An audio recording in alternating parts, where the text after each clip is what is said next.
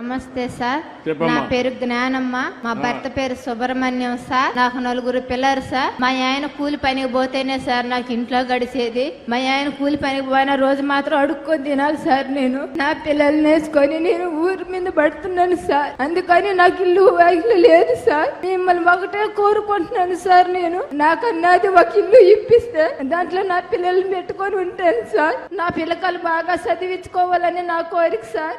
నేనట్ట చదువుకోలేదు సార్. నా పిల్లకాయలన్నా నా ద్వారా చదివించుకొని ఆ కోరిక నెరవేరాలని అనుకుంటున్నాను సార్. 4 పిల్లలు, భార్యాభర్త, ఇల్లు లేదు, భూమి కూడా లేదు, యానాది కులం, ఎస్టీ కులం. కాబట్టి ఆ కుటుంబాన్ని మీరు చూసినప్పుడు చాలా బాధేస్తుంది. ఇప్పుడు ఏం చేయగలుగుతావు? ఈ కుటుంబాన్ని ఎట్లా బాగు చేస్తాం? మీరు వాళ్ళని ఎట్లా పైకి తీసుకొస్తారో చెప్పండి. ఫస్ట్ మీకు కావాల్సినవి చేస్తాము. Number 2 education. వాళ్ళకున్న ఒకే హోపు పైకి పోవడానికి కావాల్సింది ఎడ్యుకేషన్. ఎడ్యుకేషన్ కి సంబంధించి మనకి ఈ రోజు చాలా మంచి మోడల్ స్కూల్స్ కానీ, కేజీబీ, కస్తూర్బా స్కూల్ కానీ చాలా ఉన్నాయి. ఏం కావాలో అవన్నీ తీసుకుని ఫస్ట్ నేను ఎడ్యుకేషన్ గా వాళ్ళ 4 నేను టేకప్ చేశాను సార్ ఇమ్మీడియట్ గా.